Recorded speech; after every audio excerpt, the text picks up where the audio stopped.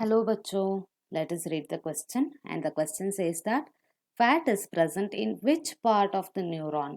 So एक neuron का किस पार्ट पे फैट प्रेजेंट होता है करके पूछा है यहाँ पे. सो यहाँ पे ऑप्शंस है cyton, node of Ranvier, dendron, axon करके दिया है. प्लस यहाँ पे एक न्यूरॉन का पार्ट से किस पार्ट से फैट प्रेजेंट होता है करके पूछा है. सो न्यूरॉन का किस पार्ट पे फैट प्रेजेंट होता है करके पूछा है. सो बेसिकली एक न्यूरॉन पे एक्सॉन प्रेजेंट होता है. सो उस एक्सॉन को एक माइलिन शीट से कवर होता है और सराउंड होता है.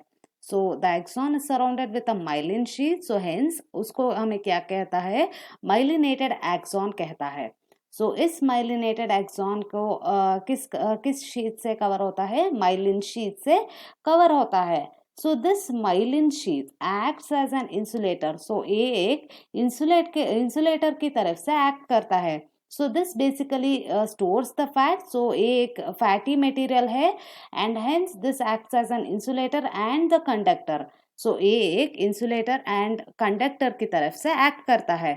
So this basically helps in the communication. So ये एक speed communication के लिए इंसुलेटर और कंडक्टर की तरफ से एक्ट करता है.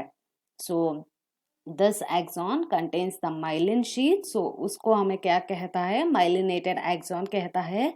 And this myelinated axon has the fatty material. So this fatty material acts as an conductor and insulator to speed up the communication process. So ये कम्युनिकेशन प्रोसेस को स्पीड करने के लिए एक इंसुलेटर और कंडक्टर की तरफ से एक्ट करता है. So fat is present in which part of the neuron? So it is present in axon. So axon हमारा सही उत्तर होता है. So hope you all understood it well. All the best.